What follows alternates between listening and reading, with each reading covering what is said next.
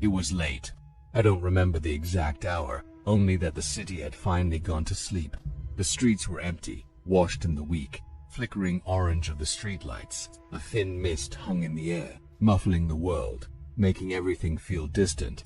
The only sound was the echo of my own footsteps on the pavement, a lonely rhythm in the quiet. I've walked this street 1,000 times. It's the same route home, the same cracked sidewalks, the same sleeping houses. But that night was different. There was a coldness that had nothing to do with the weather, a feeling of being watched, even though there was no one there. I remember the exact moment it happened.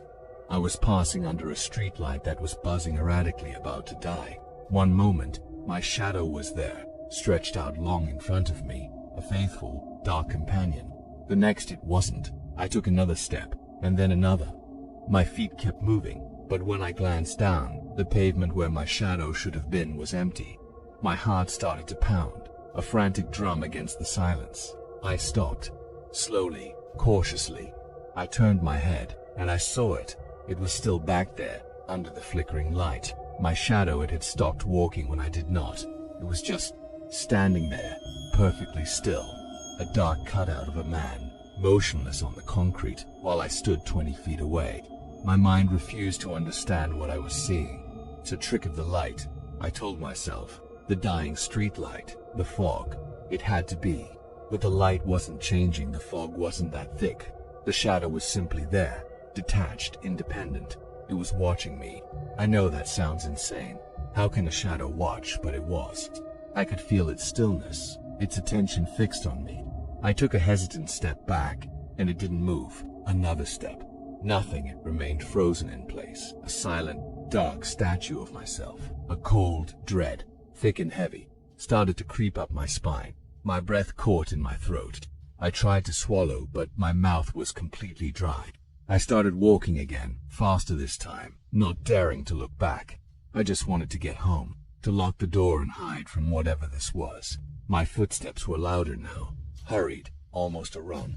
The sound seemed to mock me, echoing through the empty alleys and bouncing off the brick walls. I could feel it behind me. I didn't need to see it to know it was following again, but not like before. Not like a normal shadow. It felt different, wrong. I risked a quick glance over my shoulder. It was moving, yes, but not with me. It was dragging itself along the ground, lagging behind, then surging forward in a sudden, unnatural burst of speed. It stretched and distorted, climbing the walls of the buildings beside me, its form twisting into grotesque shapes. It was no longer a perfect silhouette of my body.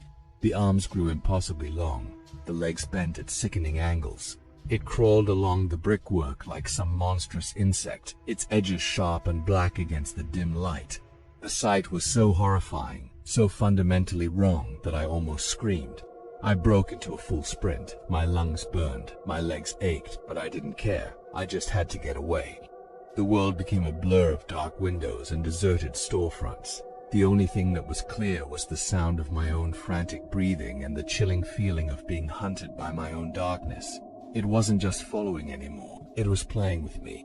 It would disappear into an alleyway, only to reappear ahead of me, projected onto a wall, waiting. It would shrink down to a tiny, condensed blot of black, then suddenly expand to cover the entire side of a building. It was a predator, and I was its prey. This wasn't my shadow, it was something else. Something that had taken the shape of my shadow.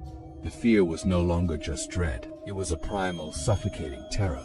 My own form had been turned against me, twisted into a source of pure horror. The familiar city I knew had become a labyrinth, a hunting ground, and I was completely, utterly alone.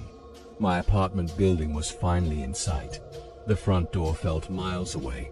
I fumbled for my keys, my hands shaking so badly I could barely fit the key into the lock. The scraping of metal felt deafening in the silence.